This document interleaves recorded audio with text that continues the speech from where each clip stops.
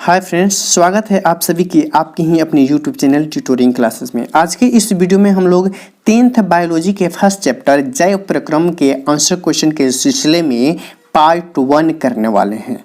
यदि आप हमारे प्रत्येक चैप्टर का PDF नोट्स पाना चाहते हैं तो आप टेलीग्राम चैनल से ज्वाइन कर लीजिए, जहाँ पे हम अपने प्रत्येक वीडियो का PDF नोट्स टेलीग्राम पे अपलोड करते रहते हैं। और ये आप चैनल पे पहली बार हैं तो चैनल को अभी सब्सक्राइब कर लें, जिससे कि प्रत्येक वीडियो का नोटिफिकेशन मिलता रहे। प्लीज़ वीडियो को लाइक और शेयर कर दें। आइए वीडियो को आगे बढ़ाते हैं। हमारे पास फर्स्ट क्वेश्चन है, सजीव और निर्जीव का मौलिक कारण क्या है? तो सजीव और निर्जीव का मौलिक कारण निम्नलिखित हैं। पहला तो ये कि सजीवों में संगठन के विभिन्न स्तर पाए जाते हैं। दूसरा का ये सजीवों में जो है विशिष्ट जैविक लक्षण पाए जाते हैं।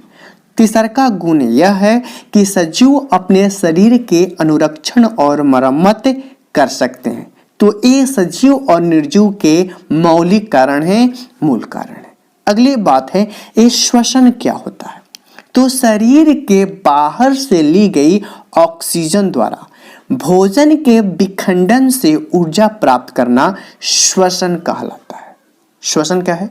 यानी कि जो हम बाहर से ऑक्सीजन लेते हैं उसके द्वारा भोजन टूटता है, जिससे हमें एनर्जी प्राप्त होती है।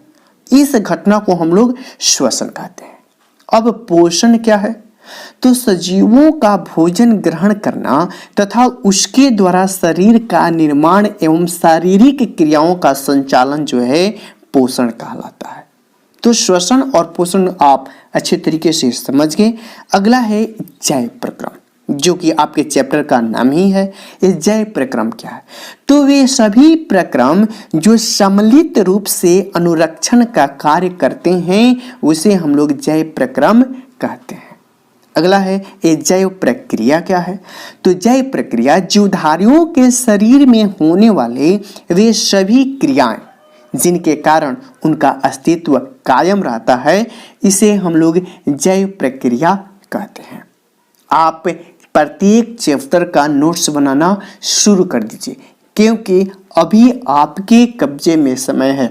जब आप समय के कब्जे में हो जाएंगे तो या पढ़ें वह पढ़ें, कन्फ्यूजन होगा और आपके अंदर टेंशन हो जाएगी, आप कोई भी कार्य को अच्छे से नहीं कर सकते। तो आप प्रत्येक वीडियो का हेल्प करके नोट्स बनाना शुरू कर दीजिए।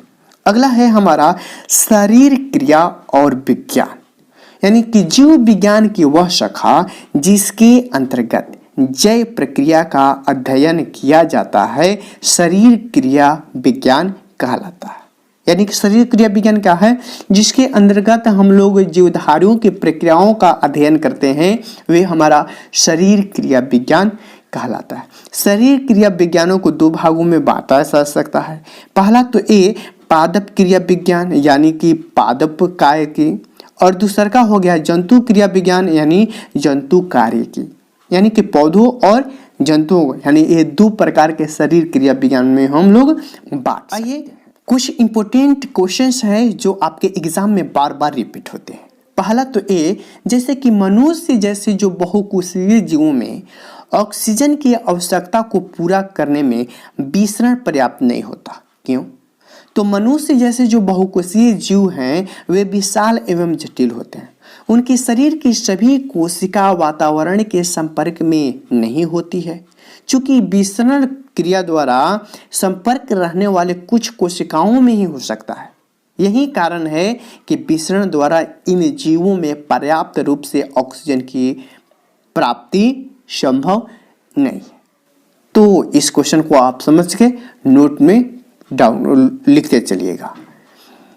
अगला क्वेश्चन है, किस आधार पर निर्णय कर सकते हैं कि कोई वस्तु जीवित है, सजीव है? तो जब किसी वस्तु में यह प्रक्रिया संपन्न होती है, जैसे कि सांस लेना, वृद्धि होना, गति करना, टूटे फूटे का मरम्मत, जनन करना इत्यादि एक क्रियाएं हो रही हैं, तो हम कह सकते हैं कि वह वस्तु जीवित है।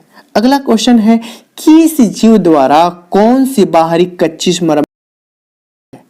ऑक्सीजन, कार्बन डाइऑक्साइड, जल, भोजन और सौर ऊर्जा द्वारा हम लोग कच्ची सामग्री अगला है, जीवन के लिए कौन कौन से प्रक्रम अनिवार्य है? तो जीवन के लिए श्वसन, वृद्धि, गति, पोषण, उत्सर्जन, ये सभी क्रियाएं आवश्यक हैं। अगला क्वेश्चन देखिए बाबू, भोजन क्या है? तो वे सभी आवश्यक पदार्थ जो किसी जीव के शरीर में अवशोषित होने के बाद शरीर के टूटे फूटे भाग का मरम्मत यानी कि वृद्धि तथा शरीर का अस्तित्व कायम रखते हैं, वे शरीर को कोई नुकसान नहीं पहुंचाते हैं, भोजन कहलाते हैं। कार्य के अनुसार भोजन को हम लोग कई वर्गों में बांट सकते हैं, जैसे कि शरीर निर्माता, ऊर्जादायक बनने वाला भोजन, विनियंत्रण। शरीर निर्माण के आवश्यक पदार्थ को प्रोटीन और खनिज, इन दोनों प्रक्रियाओं द्वारा, इन दोनों पदार्थों द्वारा शरीर का निर्माण हो सकता है।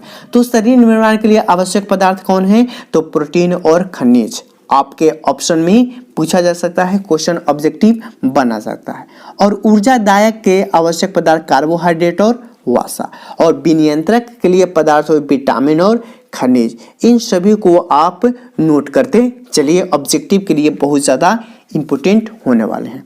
अगला है हमारा, जीवों में पोषण की कितनी विधियां होती हैं? तो जीवन में पोषण की 2 विधियां होती हैं, स्वपोषण और एक परपोषण।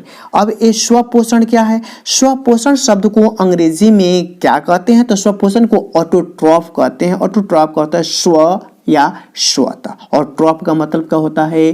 पोषण होता है। तो ऑटोट्रॉफ का मतलब होता है अपना भोजन स्वयं बनाना।